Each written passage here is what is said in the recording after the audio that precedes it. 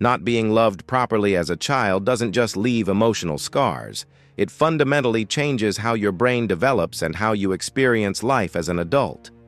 And if you grew up in a home where love was absent, inconsistent, or came with strings attached, there are 5 specific ways it's still affecting you today.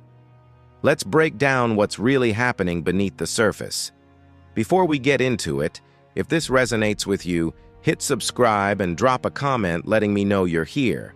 It genuinely helps me create more content like this.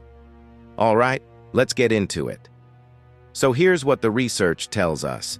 When a child doesn't receive proper love, whether that's through emotional neglect, conditional affection, or parents who are physically present but emotionally absent, it doesn't just hurt in the moment. It alters your neurological development during the most critical years of brain formation. And those alterations don't disappear when you turn 18. They become the lens through which you see yourself and everyone around you. Here are 5 ways this plays out in your adult life.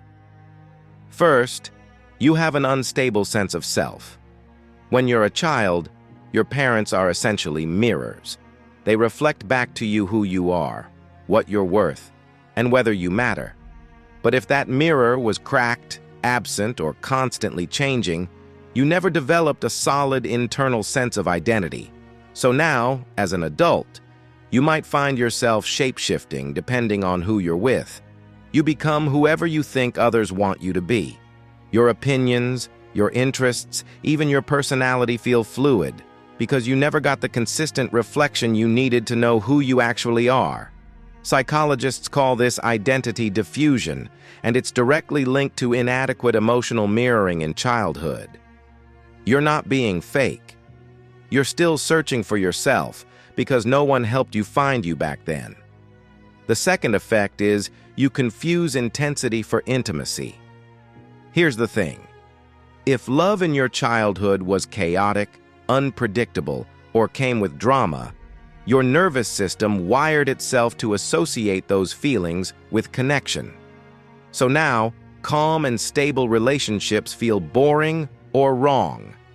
You're drawn to people who are emotionally unavailable, hot and cold, or create chaos because that volatility feels like love to your brain.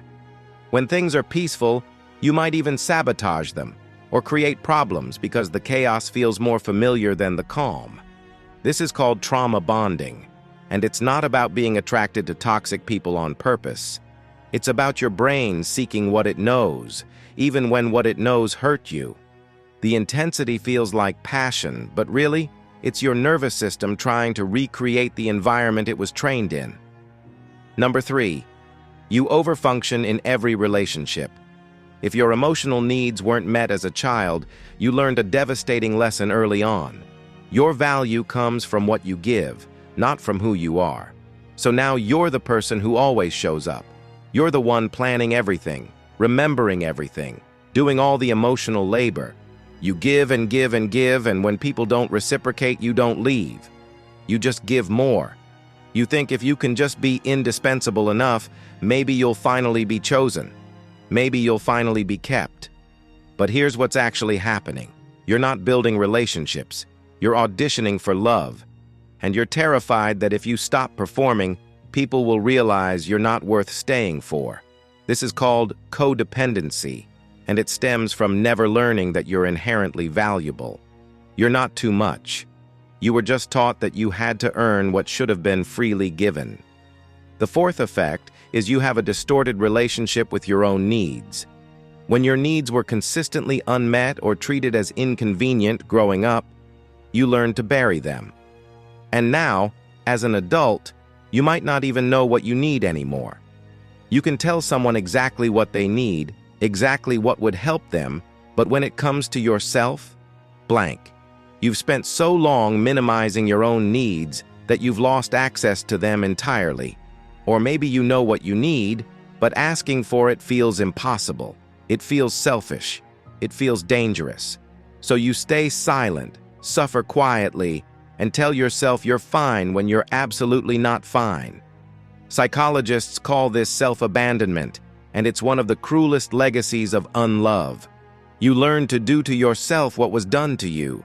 You learn to neglect your own needs before anyone else could. And finally, the fifth effect is you live with chronic shame, not guilt. Shame. Guilt says, I did something bad. Shame says, I am bad. When you don't receive proper love as a child, especially during those critical developmental years, you don't think, my parents can't love me properly. You think, there's something wrong with me. That belief becomes the foundation of your self-concept.